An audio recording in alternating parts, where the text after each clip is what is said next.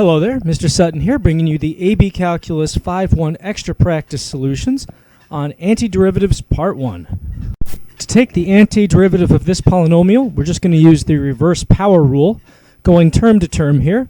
So for the first term, adding 1 to the exponent, this is going to be x to the 6th, and then dividing by 6, this will be 3x to the 6th. For the next one, this exponent bumps up to a 3. Dividing by that, we have minus 2x cubed. And then this last one is just going to be 5x, plus 5x. And don't forget the plus c. For the antiderivative of negative e to the x, well, antiderivative of e to the x is also e to the x, and the negative's along for the ride. And we have a plus c. To find the antiderivative of this radical expression, I'm first going to rewrite this with a fractional exponent. So I can rewrite this as antiderivative of 6x to the 1/5 power. And then I'm going to bump my exponent up using the reverse power rule here. So this is going to be 1/5 plus 5/5, which is 6/5. So we have x to the 6/5. And then I have to multiply by the reciprocal or divide by the new exponent, however you want to look at it. So multiplying 6 by, this would be 5 over 6 we're multiplying by. That's going to be a coefficient of 5 out there. And then we also have a plus c. For the antiderivative on 3 cosecant squared of x, well, first the antiderivative of cosecant squared is going to be negative cotan of x, and then this 3's along for the ride, so then we have negative 3 cotan of x plus c. To find the antiderivative of this radical expression, let me rewrite this with a fractional exponent. So this is really antiderivative of negative 4x to the 1/3 power dx, and then we're going to bump this up to a 4/3 because we're adding 1 to the exponent. And then we're going to multiply by the reciprocal of the new exponent. So that's negative 4 times 3/4, which is going to be negative 3 out in front. And then we have a plus c. For this antiderivative, I'm just going to go from one end to the other using the reverse power rule. So for this first one, this exponent bumps up to a 4. Dividing by 4, we have 5x to the 4th. For the next one, the exponent bumps up to a 2. Dividing by 2, we have plus 4x squared, and then we have a plus c. For this antiderivative, well, the antiderivative of cosecant of x cotan of x is going to be negative cosecant of x, and then this 5's along for the ride, so we have negative 5 cosecant of x plus c. To take the antiderivative of this rational function, I'm first going to rewrite these with negative exponents. So this is antiderivative of negative 9x to the negative 4 plus 20x to the negative 5 dx. And then I'm just going to go through and use my reverse power rule. So for this first one, adding 1 to the exponent, we've got x to the negative 3. And then dividing by negative 3, this is going to be positive 3x to the negative 3rd. Over here now, this bumps up to a negative 4.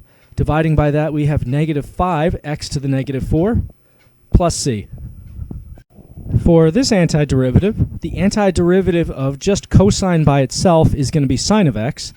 The negative 2's along for the ride, so this is negative 2 sine of x plus c. For this antiderivative of just 1 over x would be ln absolute value of x. Since this is that times negative 2, this is going to be negative 2 ln absolute value of x. And then we also have the plus c. For this antiderivative, the antiderivative of just 1 over x would be ln of absolute value of x. So this is going to be that times negative 7. So negative 7 ln of absolute value of x plus c. On this one, the antiderivative of secant squared of x is tan of x. So this is going to be 3 tan of x plus c. To find the antiderivative of this polynomial, we're just going to go left to right and use the reverse power rule. So for this first term, this bumps up to a power of 4. Dividing by 4, we just have x to the 4th. After that, this becomes x to the 3rd. Dividing by 3, we have plus 3 x to the 3rd, and then the plus c. For this antiderivative, I notice that I have something down here that kind of looks like the derivative of arc secant. Derivative of arc secant, we have an x times square root of x squared minus 1. But we have a 4 down here. To deal with that, I'm actually just going to take a 1/4 out of the whole integral whole antiderivative, or you could think of this as 1/4 times 1 over x square root of x squared minus 1 inside. Either way, it's actually going to come out to the same thing. So then I can call this 1/4 arc secant of x plus c. For this antiderivative, the key here is recognizing that 1 over 1 plus x squared, antiderivative of that would be arctan. So this is -5 then times the arctan of x plus c. For this antiderivative, the antiderivative of e to the x is also e to the x, and we're just multiplying that by 3, so 3e to the x. Don't forget the plus c. For the antiderivative of this polynomial, we're going to use the reverse power rule. So for this first term, this exponent bumps up to a 4. Dividing by that, we have -4x to the 4th. And then this is going to be -2x plus c. On this one, the antiderivative of e to the x is also e to the x, and 42 is just along for the ride. So this is going to be 42e to the x plus c. On this one, we know that the antiderivative of just negative cosecant x cotan of x is going to be positive cosecant of x. So this is going to be 5 times that. So 5 cosecant of x plus c. On this antiderivative, we know that the derivative of secant of x is secant of x tan of x.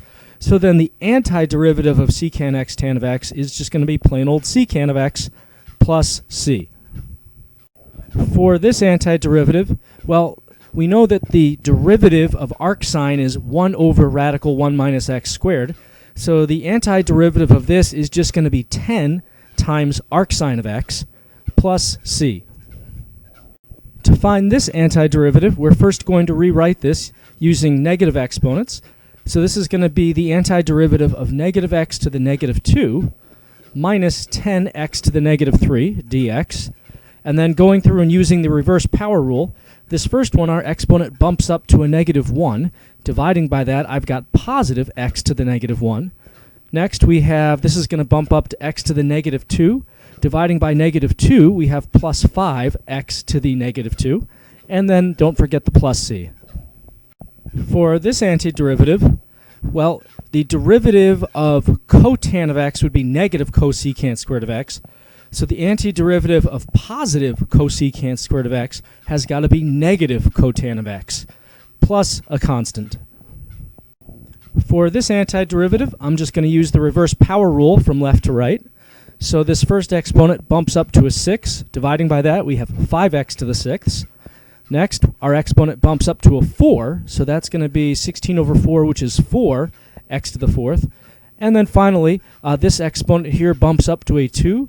Dividing by that, we have plus 2x squared, and then we have a plus c. On this one, the antiderivative of just secant squared of x would be tan of x.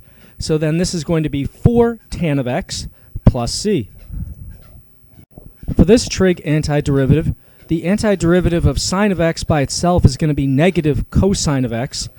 So since this is already negative, we're going to have a positive cosine of x with a 5 out in front, so 5 cosine of x plus c. For this antiderivative, I'm going left to right on the polynomial using the power rule, the reverse power rule. So this bumps up to an exponent of 4. Dividing by 4, we have 2x to the 4th.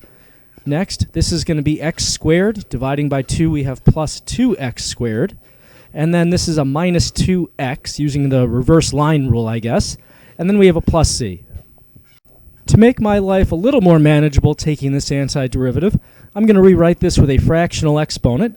So this can be written as antiderivative of 5/4 x to the 1/4 power dx. And then this is going to bump up to an x to the 5 over 4 because we're adding 1 to 1/4.